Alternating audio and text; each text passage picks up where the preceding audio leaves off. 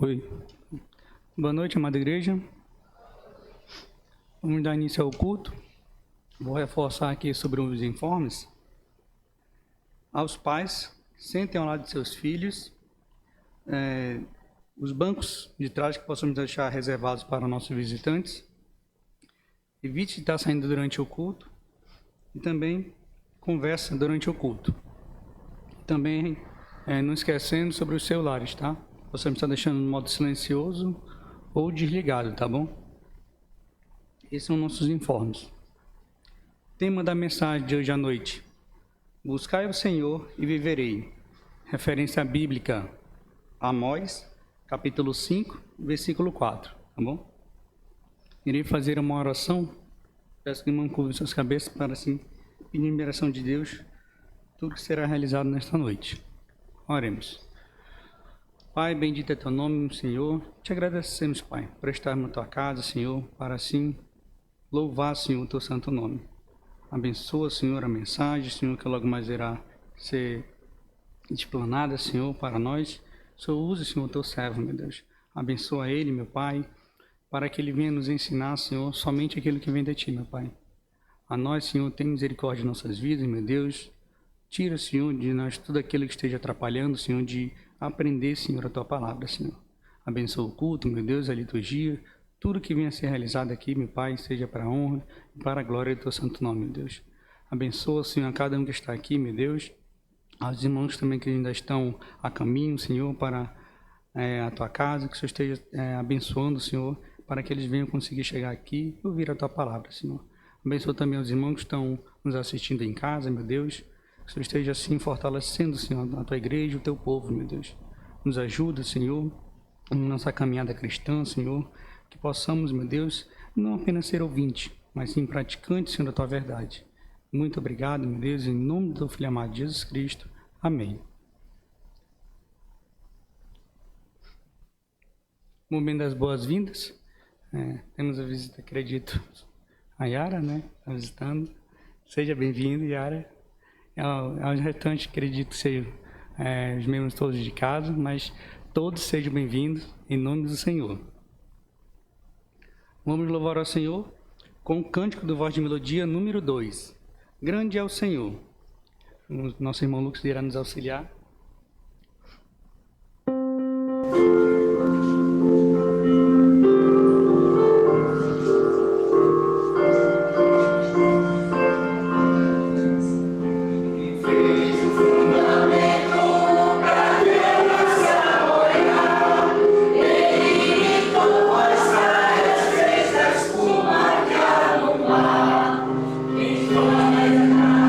Dia, o sol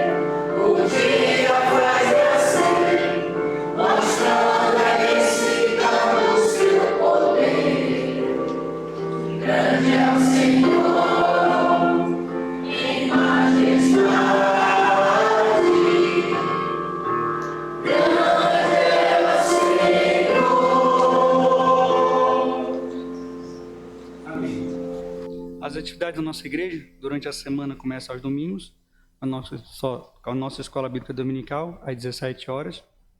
Logo após o nosso culto, às 18h30. Nas quartas-feiras, nosso culto de oração, às 19 horas. E nos... aqui tem um aviso sobre o OANSO e o projeto Alfabetizar, que está de recesso, tá bom? Logo mais estarei avisando sobre a programação do OANSO. Lembrando, tá, que domingo que vem, dia 5, tá, dia 5 de julho, não haverá EBD e também não haverá Santa Ceia, tá? E eu estarei avisando o motivo que não vamos ter EBD e ceia dia 5 de julho, no próximo domingo, tá bom? Lembrando nossa leitura bíblica, que temos um grupo no WhatsApp, nós estamos no livro de Salmo, mas quem tem interesse e queira participar, tem um número para contato, tá? Iremos lhe receber com o maior prazer. Também lembrando da sala de discipulado, nosso professor Vanderlei está ensinando sobre os fundamentos da fé cristã para os nossos novos convertidos, tá bom? Vamos louvar ao Senhor com mais um cântico do Voz de Melodia 321, Seu Caminho é Perfeito.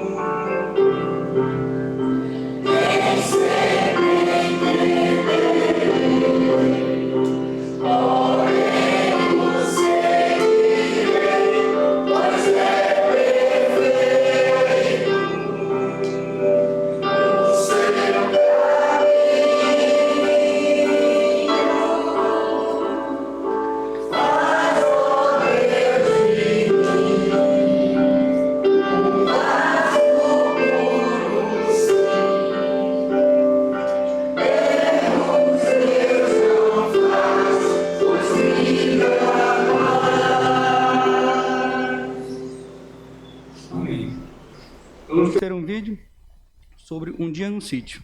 Chácara do vovô Renilson. Está próximo. Este ano, nosso dia de sítio será na chácara do vovô Renilson, logo após a barreira. Nosso lazer será neste lindo lugar, à beira deste igarapé. Lá nós teremos o galpão da comunhão e uma ampla cozinha para o ajuntamento de panelas. O lazer já está preparado. Temos uma piscina com uma água limpinha, tem até escorregadores. Mas não esqueça, vamos ficar de olho nas crianças. E adivinhem, sabe o que mais tem? Um campo de futebol, uma mesa de sinuca e uma quadra de vôlei. Sei que nossos atletas vão gostar muito. Será um dia para comunhão e agradecimento ao Senhor. Devemos orar para que o Senhor nos abençoe e nos guarde. E saibam, todos estão convidados. Fale com a irmã Suzy.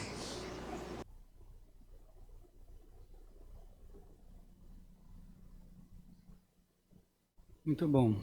Lembrando, né, que o banho já no próximo mês. E uma vez aqui, né? Faltam poucos dias para o nosso passeio e temos poucas contribuições. Então, quem tem interesse, queira participar, procure a irmã Suzy, tá?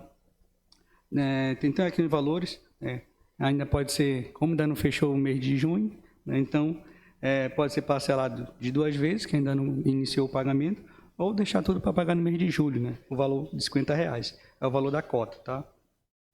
Que essa contribuição, irmão, vai ser tanto para o aluguel do sítio e também para o aluguel do ônibus, tá bom?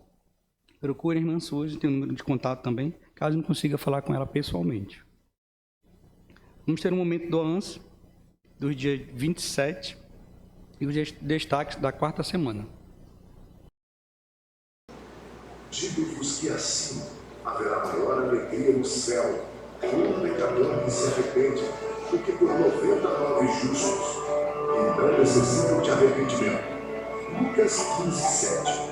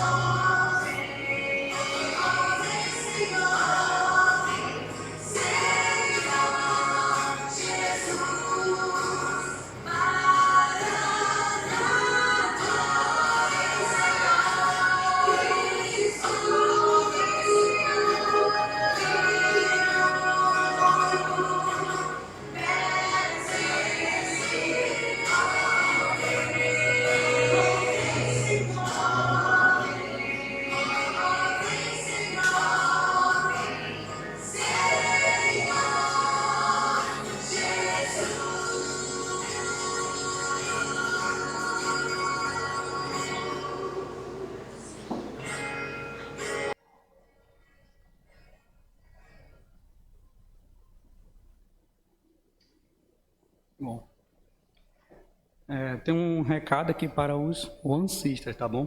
E fiquem atentos, que começou em maio, a Estrela das Estrelas. Como funciona? O One Sister, que não diminuiu sua pontuação de uma semana para outra, ganha uma estrela, tá bom? Aí tem um exemplo. Se fez 80 mil pontos em uma semana e na próxima vez 80 mil ou mais, ganha uma estrela. Se fez menos de 80, perde as estrelas. Tá bom? Os anciãos fiquem atentos, espertos para não perder. 80 mil pontos é muito ponto. Né? Senão, tá bom? Então, os anciãos ficam... Não pode deixar perder. Tá. Lembrando, irmão, da programação de domingo. Culto de ação de graças. Premiação dos destaques do semestre.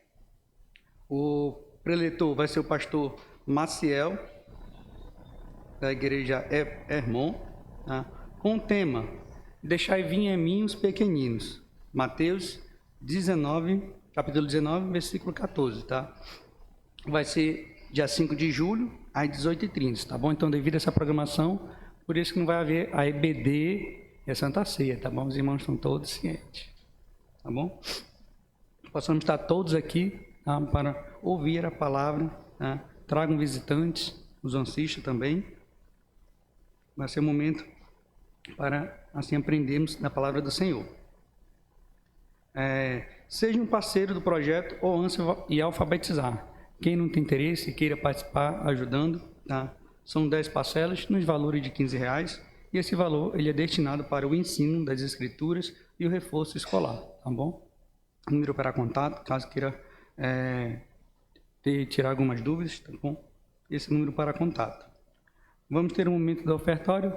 Quem trouxe essa oferta pode, irmão Lucas irá fazer um instrumental, e quem trouxe essa oferta pode vir até a frente e depositar no gasofilácio.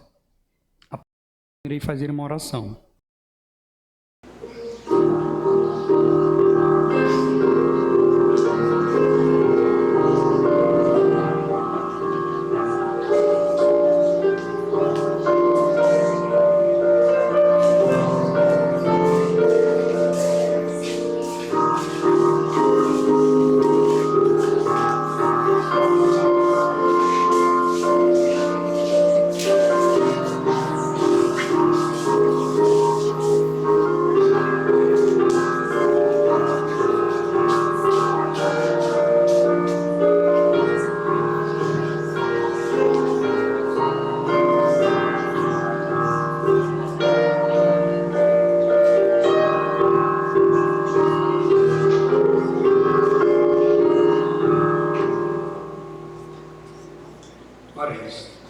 poderoso teu nome, Senhor. Te agradecemos, meu Deus, pela oportunidade, Senhor, de podermos participar, Senhor, na tua obra, Pai. Abençoa a vida de cada um, meu Deus, fortalece e possamos sempre ter o coração grato, Pai. Lembrando, Senhor, que tudo que temos é porque é o Senhor que nos dá, meu Pai.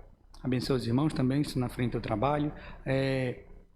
A parte de cuidar, Senhor, das ofertas, do dízimo, meu Deus, e abençoa, Pai, de forma que viemos fazer, de forma que viemos glorificar o Teu nome, meu Deus. Abençoa e cuida, Senhor, do Teu povo. É minha oração a Ti, em nome do Teu Filho amado Jesus Cristo. Amém.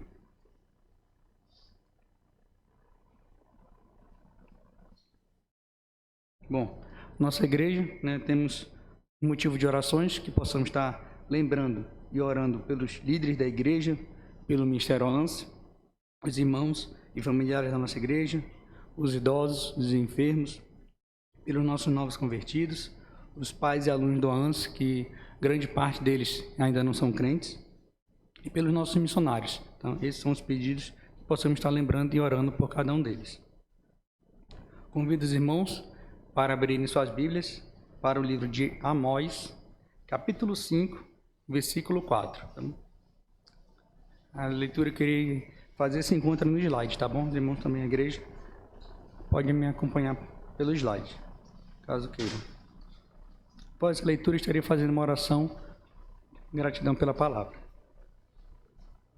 Amós, capítulo 5, versículo 4. Assim diz a palavra do Senhor. Pois, assim diz o Senhor, a casa de Israel, buscai-me e vivei. Amém. Oremos. Pai Todo-Poderoso, te agradecendo, meu Pai, pela Tua palavra, Senhor. Abençoa, meu Deus, a mensagem. Senhor, esteja, Senhor, nos ajudando, Pai. O Senhor sabe, meu Deus, como somos falhos, como precisamos, meu Deus, cada dia ouvir, meu Deus, ler a Tua palavra, viver em obediência, Senhor, a Tua palavra, meu Deus. O Senhor sabe que temos, Senhor, ainda a natureza carnal e que precisamos, Senhor, todos os dias, meu Deus, lutar, Senhor, para que não venhamos pecar e envergonhar o Teu nome, meu Pai. Abençoe e fortalece a cada um, meu Deus. Em nome do Teu Filho amado Jesus Cristo. Amém. Podeis assentar. Vamos ter a saída das crianças para a salinha até 8 anos. Tá? E convido o pastor a ir trazer a mensagem.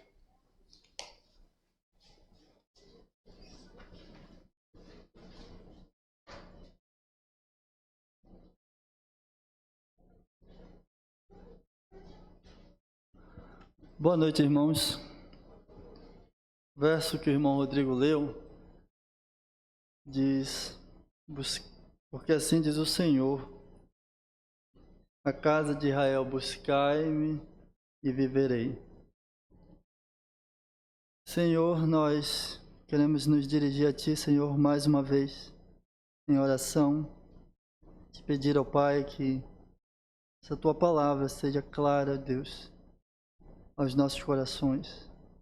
Faze-nos entender, Senhor, Teu conselho. Nós carecemos de Ti, Senhor, do Teu auxílio, de entender o que está escrito diante de nós, Senhor, e que vem de Ti, vem dos Teus lábios, Senhor. Te pedimos a Tua bênção, em nome de Jesus. Amém. Buscai ao Senhor e vivereis. Esta é uma advertência que todos nós deveríamos dar a total atenção. Jamais sair daqui sem ter percebido o peso dessas palavras. Porque de fato elas procedem da boca de Deus. Essas palavras são dirigidas à nação de Israel por meio do profeta Amós há milhares de anos e elas chegam até nós para da mesma forma produzir o mesmo efeito de exortação. Mas quando nós pensamos numa exortação que nos chama a ir a Deus, algumas perguntas podem surgir. A pergunta comum é, primeiro, que Senhor? Que buscar? Que Senhor? Quem é esse Senhor que nos chama à sua presença? A segunda pergunta é, por que deveríamos buscá-lo? Qual a razão? Qual o motivo de ir até Deus? Porque Ele deseja que eu disponha a minha vida de ir até Ele. Terceira observação seria, qual seria o resultado disso? O benefício de se buscar a Deus. Todas essas perguntas, elas são claramente respondidas no texto que nós lemos. Agora, quando nós falamos em dispor a vida para buscar ao Senhor, esse definitivamente não é um tema muito do agrado das pessoas. Não é um tema de modo assim interessante, em que a grande maioria das pessoas gostem de ouvir, ou seja, não é um tema tão agradável. Eu me lembro de quando jovem ainda, mais ou menos entre os 15 e 16 anos de idade, eu me lembro de ter ouvido um conselho de uma pessoa que chegou comigo e falou as seguintes palavras sobre o que eu deveria pensar da vida. E me disse, você deve desfrutar a vida primeiro. Você deve aproveitar a vida e então, só quando você tiver já com mais idade e já depois de ter, entre aspas, aproveitado a vida, então você pode ir a Deus e buscá-lo. Esse tipo de pensamento, ele não apenas evidencia a inércia humana, a paralisia do homem com respeito ao Senhor, ao interesse de buscar a Deus, mas também a sua total despreocupação com o bem mais precioso que possui, a sua alma, a sua vida. Na mentalidade do homem que não conhece a Deus, este, de forma tola, não calcula as invariáveis que estão envolvidas nesse seu pensamento, daquilo que pode lhe suceder. Jó, no capítulo 14, verso de 1 a 2, ele, falando a respeito da vida humana, ele diz que poucos são os dias dos homens sobre a terra. Este sai como a flor e logo seca. Ele é como a sombra que agora está e logo depois se desvanece. A vida do homem não é durável. Poucos são os seus dias. Ela passa muito rápido. Todavia o Senhor, em sua infinita misericórdia, Ele tem sustentado o homem até os dias de hoje. Você já se perguntou por que você ainda está de pé, vivo até hoje? Deus tem te permitido isso. Em Atos capítulo 17, 24 e 25, o apóstolo Paulo, ele fala às pessoas, ele diz que Deus de um homem, ele fez toda a geração e para habitar sobre a terra, para que os homens o busquem. Se porventura tateando eles possam encontrar a Deus, ainda que Deus não está tão longe de nós. Deus deseja que nós encontremos. Deus não está longe. E para que essa busca aconteça, Ele próprio é quem nos chama e nos desperta para entendermos a razão disto, a necessidade de encontrá-lo, de estar em sua presença. Essa expressão, buscai ao Senhor, ela indica a atitude da pessoa que deseja restabelecer um vínculo de relacionamento íntimo com Deus que se havia rompido, que se havia perdido. É a pessoa que busca dispor-se, que se dispõe pelo desejo de querer viver sob a direção de Deus. É para esse convite que Amós chama, de uma pessoa disponha o seu coração no desejo de querer viver de acordo com a vontade do Senhor. E é esse ponto que notamos aqui. Por 2 vezes o profeta diz isso. Ele diz no verso 4, como também ele diz no verso 6, buscai ao Senhor e viverei. Ele convida o povo a essa atitude. E para que a gente entenda a razão disso, a gente precisa observar o contexto histórico do que se passava naquele momento, no tempo do profeta Amós, para que ele levantasse uma exortação ao povo, chamando as pessoas à presença de Deus. Irmãos, Amós profetizou no tempo de 2 reis. O primeiro deles era Uzias, que foi rei no reino da parte sul de Israel. Nesse tempo havia 2 reinos, o reino do norte e o reino do sul. E Uzias, ele reinava na parte sul. E rei Jeroboão II, filho de Jeoás, ele reinava em Samaria, na parte norte do reino. E o profeta Amós iniciou o seu ministério um pouco tempo antes de um terremoto que houve nesse tempo, que foi no ano 760, mais ou menos. E esse homem, essas informações podemos ver no capítulo 1, verso 1, essas informações que estou dizendo aos irmãos. Capítulo 1, verso 1 diz assim: As palavras de Amós, que estava entre os pastores de Tecoa, o que ele viu a respeito de Israel nos dias de Uzias, rei de Judá, do reino do sul, e dos dias de Jeroboão, se você quiser colocar 2 aí, filho de Joás, rei de Israel, nos 2 anos antes do terremoto. Então, Amós está profetizando no período desses 2 reis. E observem de onde ele vem. Ele vem dentre os pastores de Tecoa, o que indica que Amós não era de uma família nobre, de uma família muito rica, conhecida do seu tempo, né? Ou seja, Amós era um homem simples. Veja Amós 7, verso 14. Você vê um pouco da descrição do profeta. Ele diz assim no 14: E respondeu Amós e disse a Amazias: Eu não era profeta, nem filho de profeta, mas boiadeiro e cultivador de sicômoros. Então, Amós era um homem simples do campo, que cultivava sicômoros, uma espécie de fruta, né? E também um boiadeiro que cuidava de animais. E o Senhor Deus o chamou para uma missão de anunciar a sua palavra aos filhos de Israel da parte norte. Veja o verso 14, ou verso 15. Mas o Senhor me tirou de após o gado, e o Senhor me disse: Vai e profetiza ao meu povo de Israel. Então Deus o chamou, tirou daquela vida simples que ele tinha, do campo rural, do meio da agricultura, do meio dos animais, e o enviou aos filhos de Israel na parte norte, onde o rei Jeroboão II estava estabelecido. E aí, no capítulo 1, verso 2, volte sua Bíblia ainda, no capítulo 1, verso 2, nós temos aqui o lema da mensagem de Amós. Como que essa mensagem irá chegar até os filhos de Israel? Veja o verso 2. E disse: o Senhor bramará de Sião e de Jerusalém, fará ouvir a sua voz. Nas habitações e dos pastores haverá pranto, e secar-se-á o cume do Carmelo. Então, essa é a voz que irá chegar até os filhos de Israel na região norte. A voz de um leão, do rugido de um leão, né? Isso que notamos aqui. Quando essa voz ecoar, haverá pranto e destruição.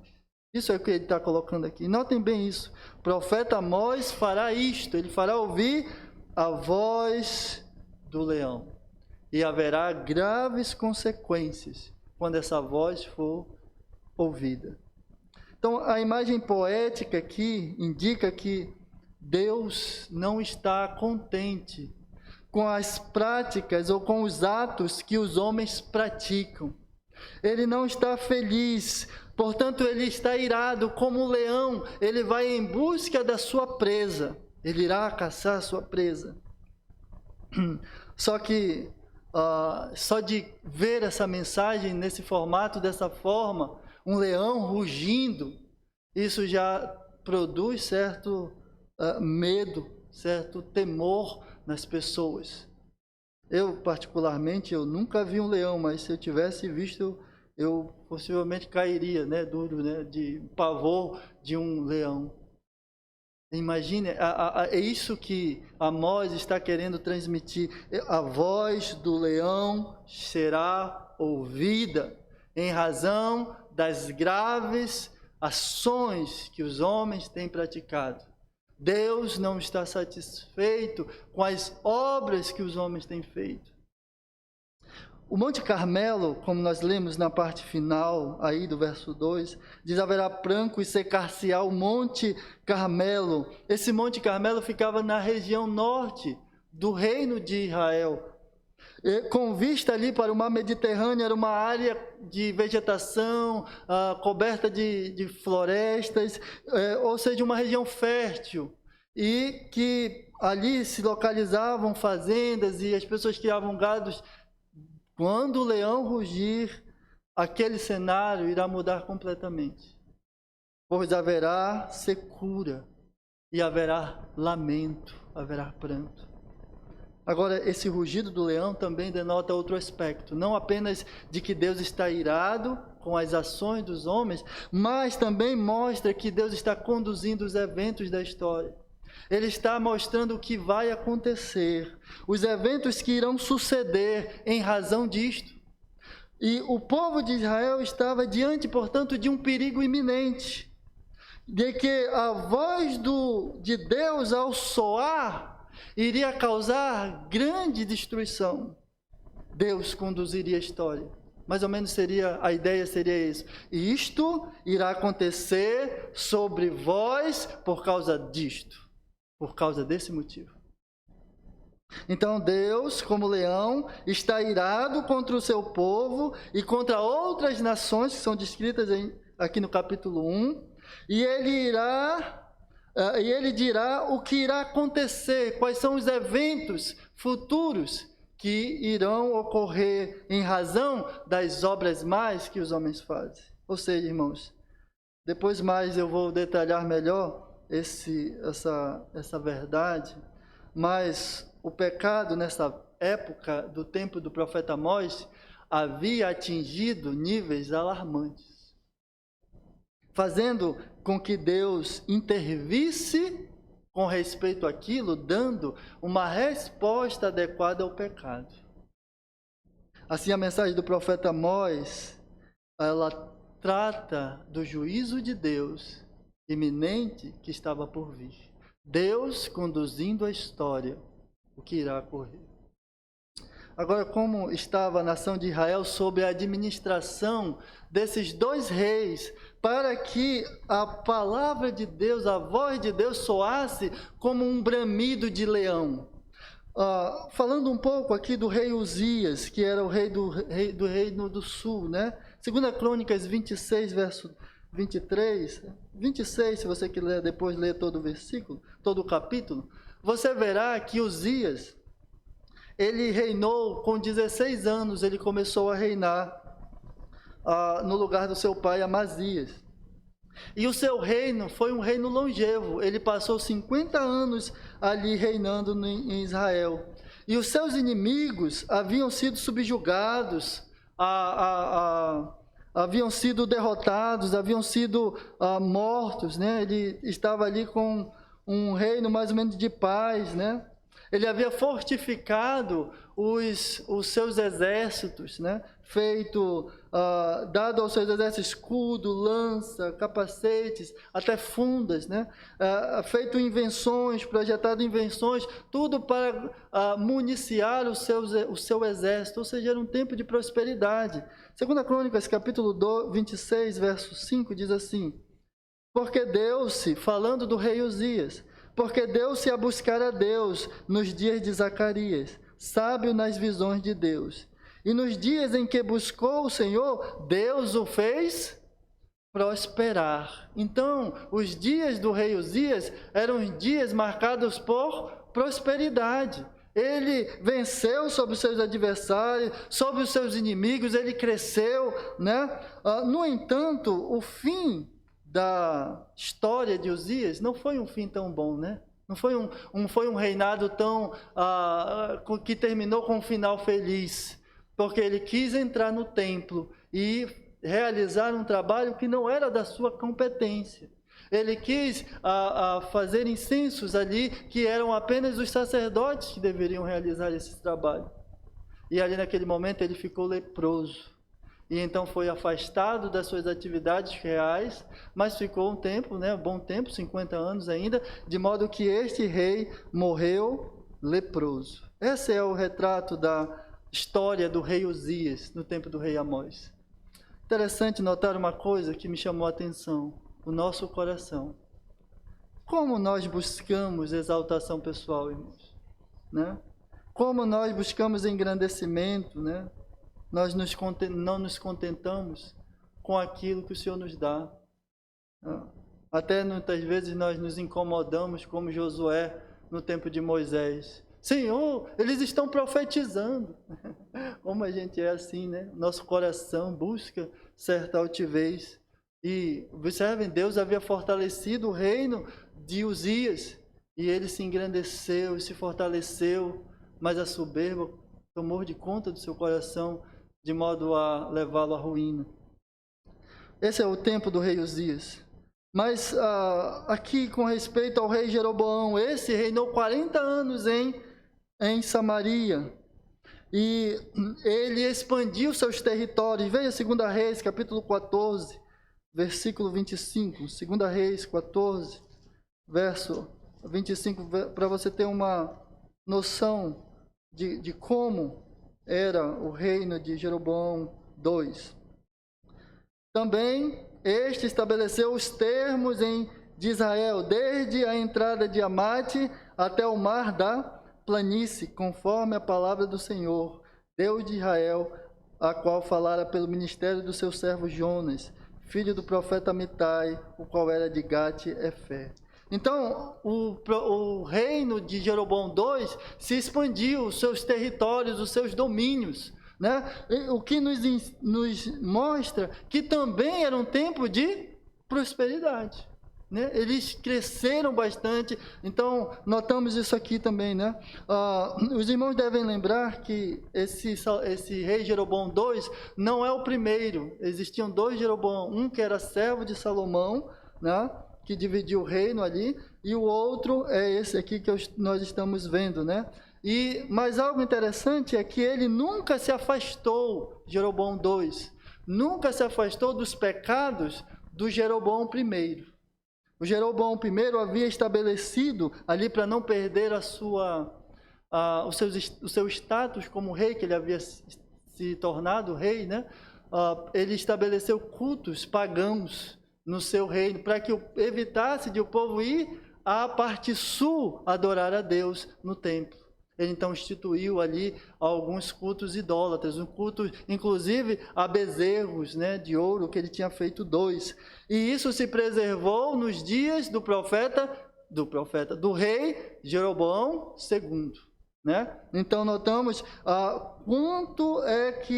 como estava a realidade destes reinos neste tempo aqui. Então, esse contexto aqui, ele nos ensina algumas coisas interessantes. Primeiro, é que eram tempos de prosperidade.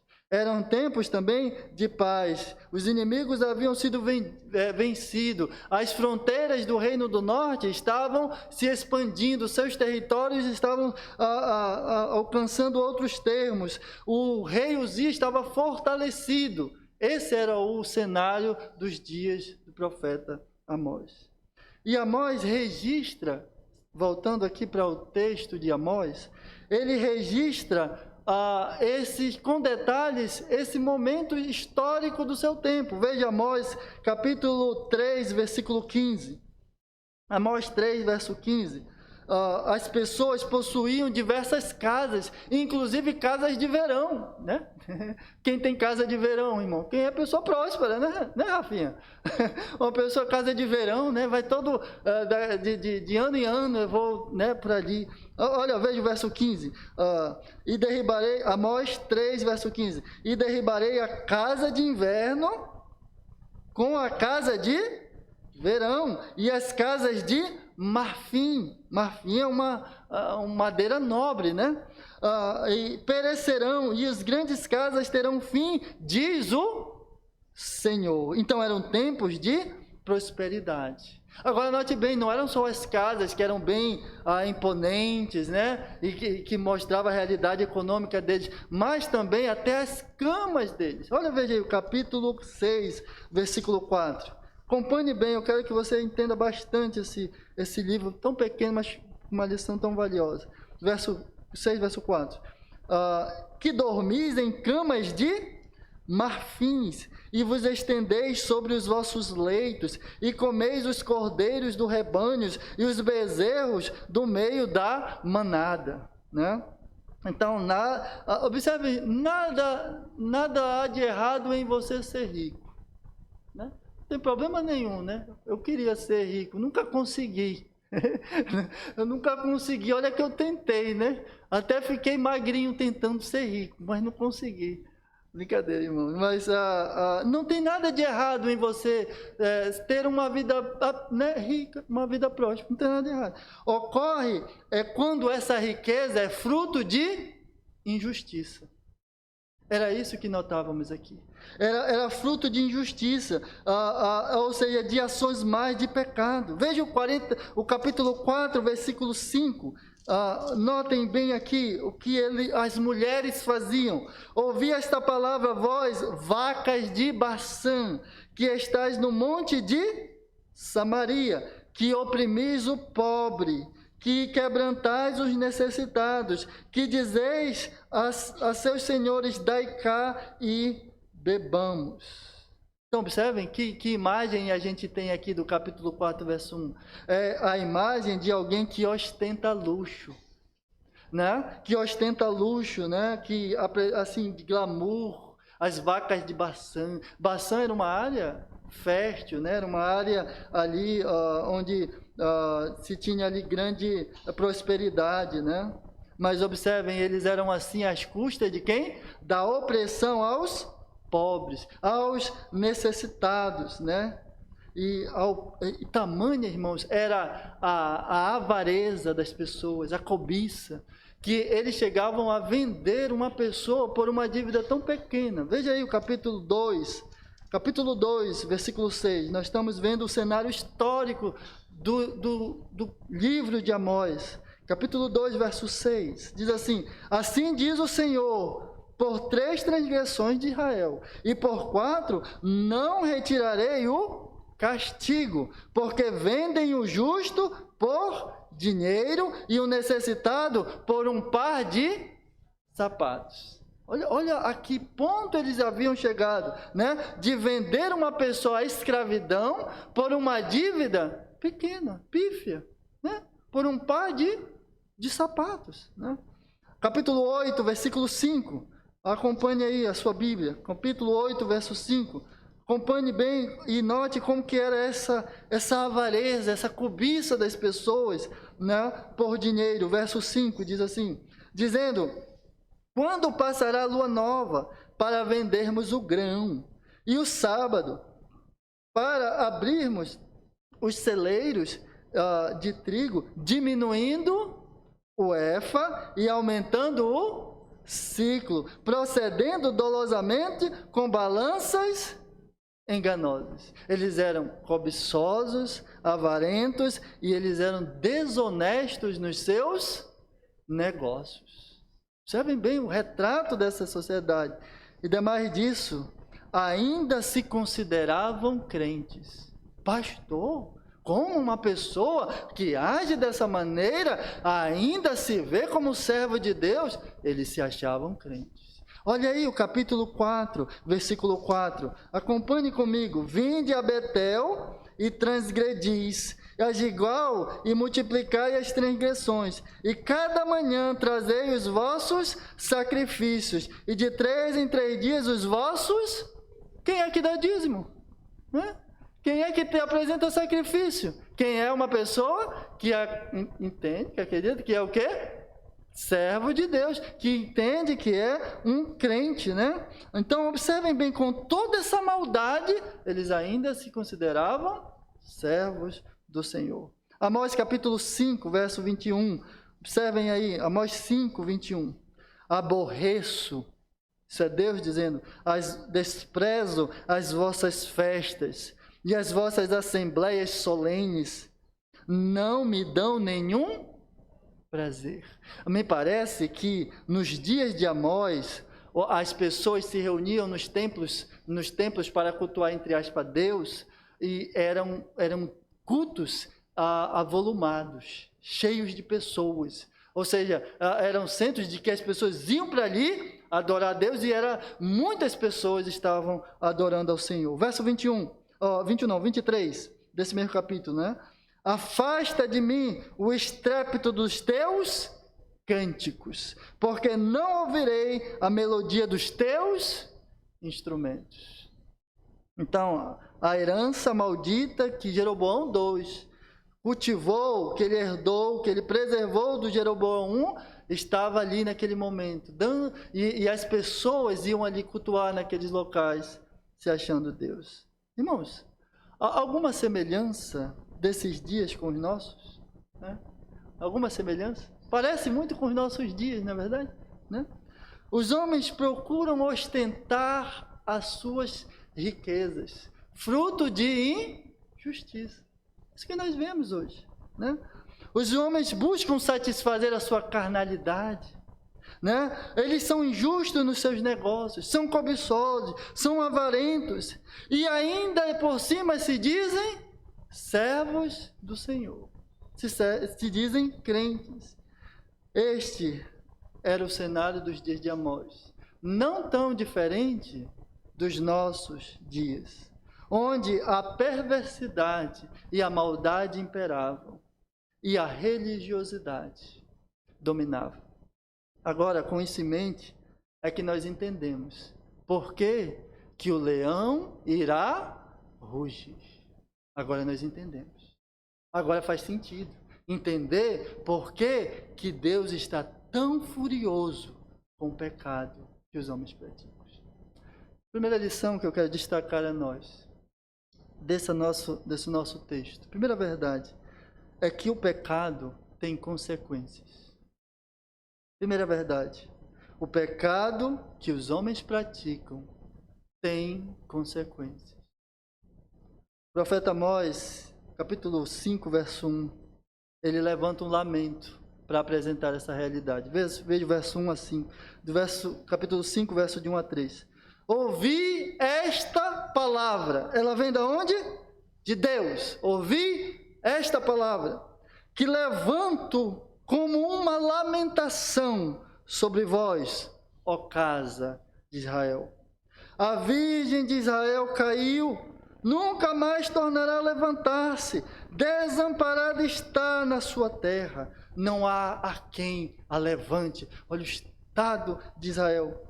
Porque assim diz o Senhor Jeová: a cidade da qual saem 1000 conservará 100, aquela da qual saem 100 conservará 10, a casa de Israel. O pecado tem consequências. E aqui o profeta Amós o apresenta de forma lamentosa. É como se ele tivesse num culto fúnebre, levantando essas palavras. É como se ele tivesse de luto por alguém que morreu. Mas quem da família dele havia morrido? Ninguém. Mas Israel, sim, caiu para nunca mais se prostrar. Então o profeta Amós levanta a sua voz para apresentar isso. E este seu lamento é para mostrar que o leão que está rugindo, conduzindo a história, irá mostrar o que acontecerá com a nação de Israel. Daqui a alguns anos, depois do tempo de Amós, daqui a alguns anos, no ano 722. Lembram? Ele começou a profetizar no ano 755, por aí, um pouco antes do tempo do terremoto, em 760. E em 722 haverá uma nação chamada Assíria. Os assírios irão invadir o reino do norte e nunca mais eles retornarão. Eles serão levados em cativeiro. A parte maior dele irá ser levada. Os pobres ficarão, nós sabemos bem a história, e aqueles pobres irão se misturar com outros povos, dando origem ao que nós conhecemos como os samaritanos. Então é esse lamento que o profeta Amós está apresentando. É dessa forma que ele nos mostra. Então o profeta lamenta. O que, pastor, que ele lamenta? A direção que a nação de Israel está seguindo. Os caminhos que ele está seguindo. Israel, a virgem, caiu para nunca mais se levantar. Aqueles que forem a batalhas de 1000, somente 100 ficarão. Os que forem de 100, somente 10 sobreviverão. Que caminho é esse, irmãos? De morte. É um caminho de morte. Irmãos, como o pecado tem graves consequências. quando nós vemos pessoas agindo erradamente, praticando o pecado, o mal, eu não sei como é que ocorre no seu coração, mas isso comove a gente. Por esses dias eu encontrei com um filho de um primo meu. Fazia anos que eu não via. A última vez que eu vi ele era um rapazote, pequenininho. Talvez tivesse aí mais ou menos uns 6 anos, 7. E eu o vi passando na frente de casa e eu não o reconheci. Eu não reconheci, não a pessoa, mas o estado em que ele se encontrava. Tão entregue às drogas, tão entregue ao pecado, tão aprofundado na lama. Eu o chamei, e enquanto eu falava para ele as palavras, algumas palavras, mostrando o seu caminho, dizendo em que aquilo iria dar fim, eu tinha esperança que ele desse ouvido à minha voz, que ele reconsiderasse os seus caminhos, porque os seus caminhos estavam levando à ruína, à tragédia, à destruição da sua própria vida, da sua própria alma. Irmãos, quantos filhos não ouvem a voz dos seus pais, não segue por esse caminho, não trilha esse caminho, que esse é um caminho de morte, esse é um caminho que vai destruir a sua vida. Quantos? Agora eu entendo, naquele momento em que eu mostrava a ele os seus caminhos, eu vi exatamente esse lamento, essa dor, esse lamento do profeta Amós, de ver o estado da pessoa tão afastada de Deus, tão distante do Senhor. Irmãos, o pecado tem consequências, e consequências dolorosas, amargas, e consequências muitas vezes irreversíveis. Olha, você que está aqui jovem esta noite, você que veio me ouvir, veio estar conosco no culto, saiba disso. O pecado é grave e tem grandes consequências. Em muitos casos é irreversível. Jeremias no capítulo 14, Jeremias capítulo 11, verso 14, quando o Senhor diz o que fará ao povo do sul, já disse ao norte, né? Agora em Jeremias ele diz ao povo do sul, ele diz o que lhes irá acontecer, e ele fala a Jeremias, porque Jeremias chorava pelo povo. Senhor, reconsidera, Senhor, perdoa-os. Jeremias é chamado profeta chorão, ele chorava pela tragédia das pessoas. O Senhor diz a Jeremias, Jeremias, não ore por esse povo, nem interceda por eles, porque não ouvirei. Sabem bem isso? O pecado tem consequências. Então, irmãos, Amós nos leva a refletir sobre as graves consequências do pecado. Em Amós capítulo 5, versículo 12, veja como é que ele caracteriza o pecado da nação de Israel. Amós capítulo 5, verso 12, ele diz assim, porque sei que são muitas as vossas transgressões e enormes os vossos pecados. Irmãos, é interessante, me parece, e essa é a ideia do livro, o pecado de Israel estava acumulando, e chegando a níveis insustentáveis, em que Deus não poderia deixar de intervir em razão do pecado. O pecado deles não era pequeno, era enorme. Enorme. E olha que nós não descrevemos todas as dimensões que há aqui a respeito disso. Não? Mas Deus tem um cálice em que Ele mede o pecado. Não sabemos qual é. Mas quando este cálice transborda, então Deus não pode conter-se em trazer a justa resposta que o pecado merece. Então, observem bem, o juízo de Deus estava próximo, estava chegando por causa das iniquidades que só aumentavam e aumentavam e aumentavam diante de Deus. Deixa eu abrir aqui um parêntese. Eu creio que hoje, irmãos, nos nossos dias, o mundo de agora está chegando a níveis pecaminosos nunca visto antes. De perversidade, de maldade. Todos os dias nós vemos nos noticiários, é só você ler no jornal. No jornal não tem mais nada que seja útil de se ouvir. Você abre, você liga a TV e o que você vê é maldade em cima de maldade.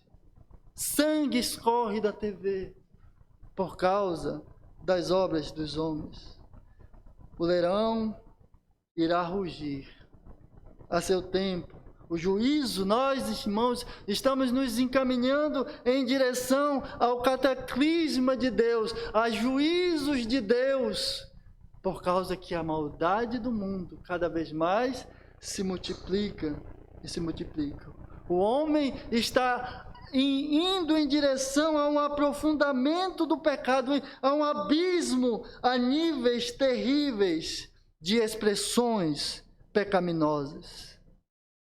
Então, não está tão longe assim do leão que rugiu nos dias de Amós, rugir em nossos dias.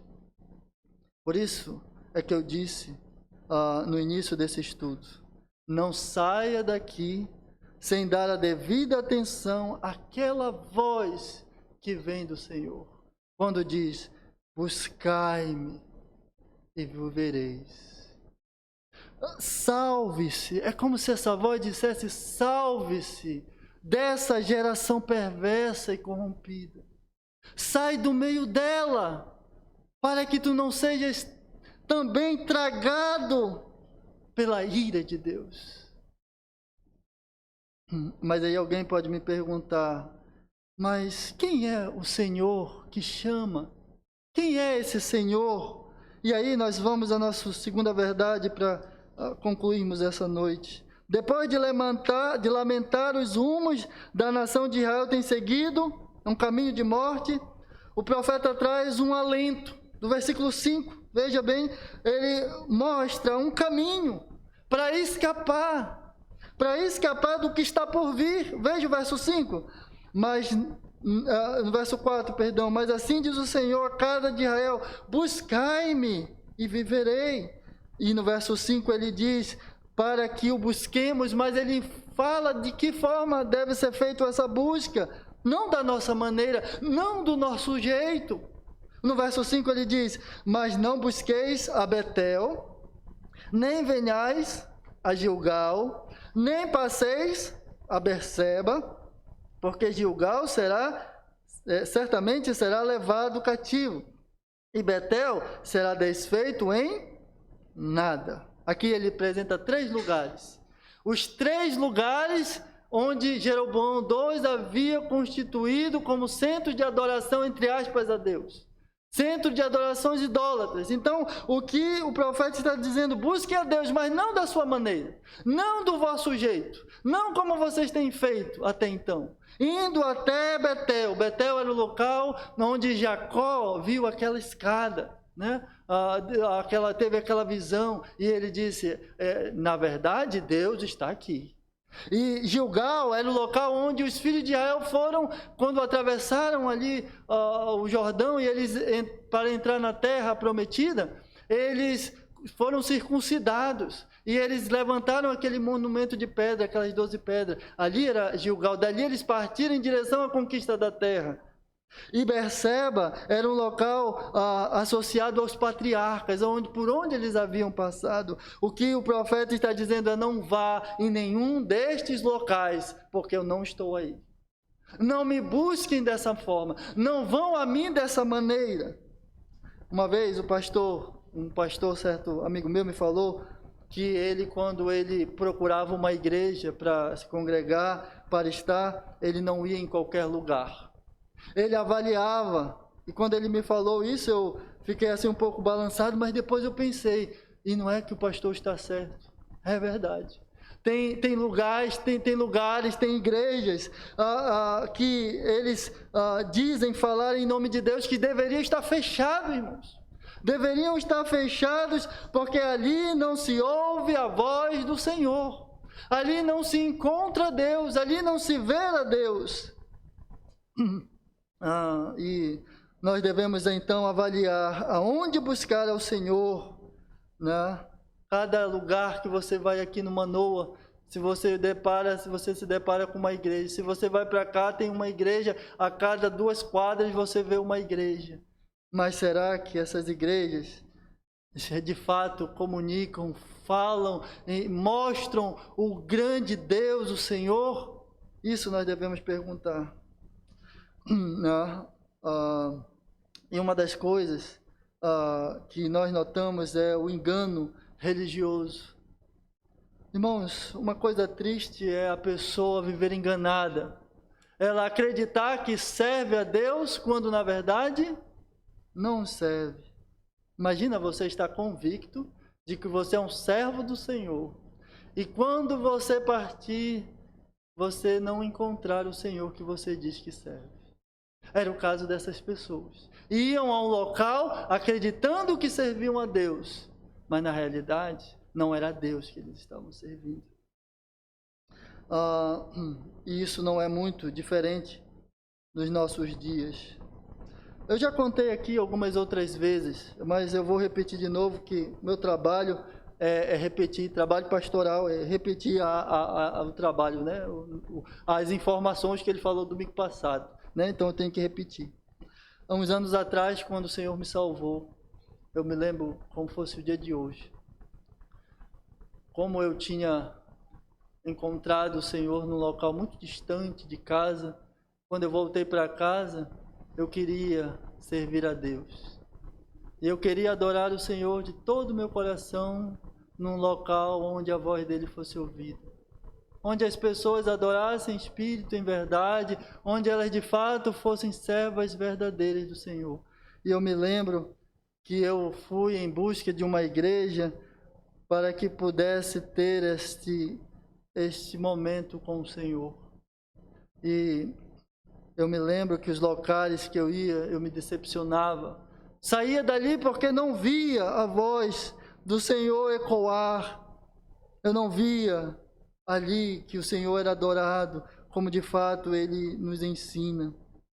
Irmãos, isso já faz alguns anos. Eu rodei toda a região onde eu moro e eu não encontrei uma igreja que falasse do amor de Deus como o Senhor Deus nos ensina.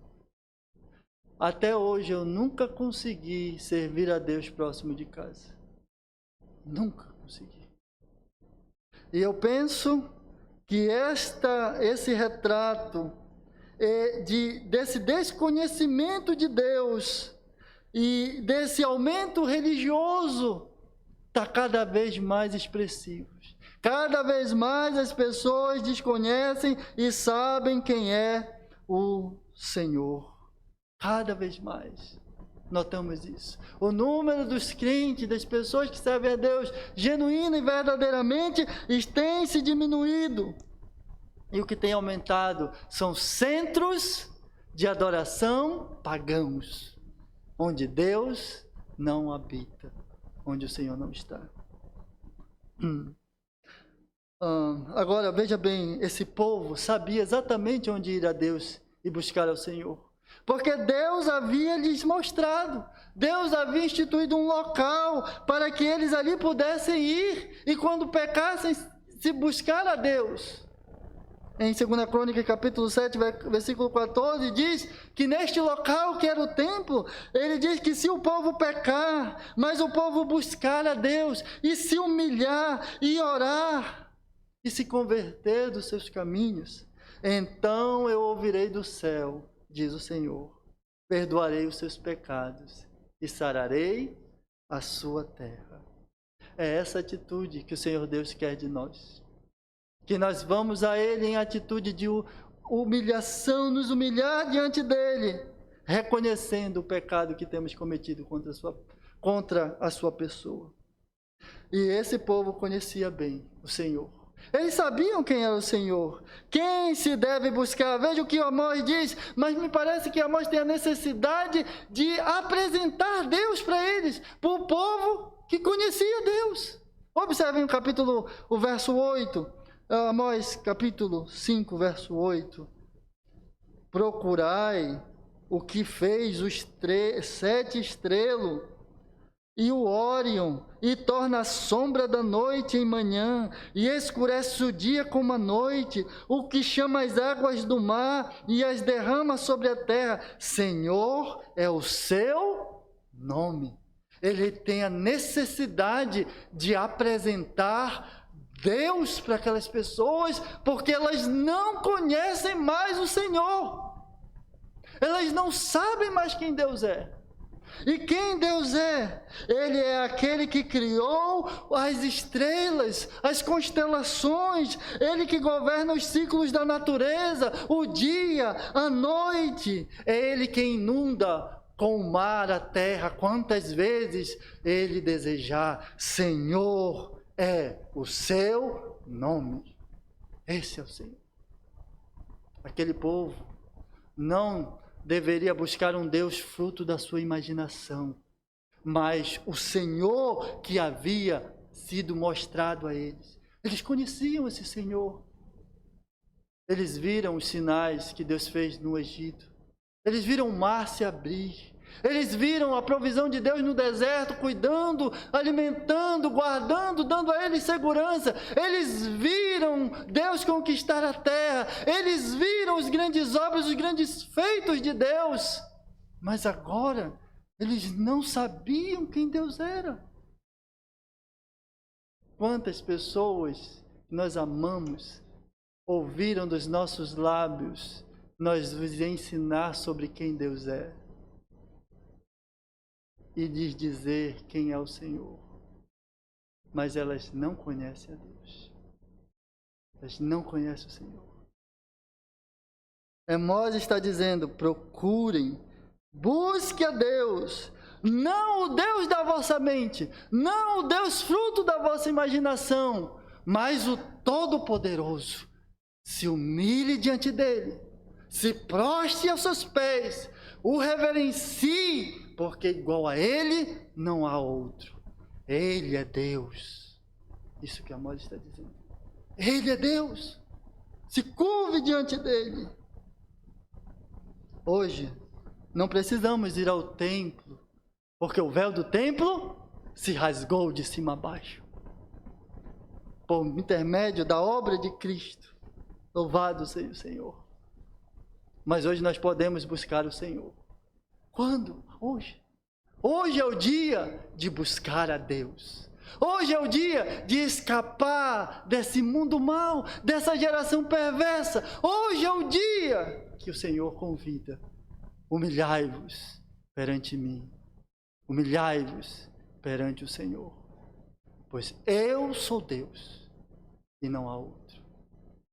Que o Senhor nos abençoe. Querido Deus, graças te dou por tua palavra. Faze com que ela encontre espaço em nossos corações, eu te peço. Em nome de Jesus. Amém.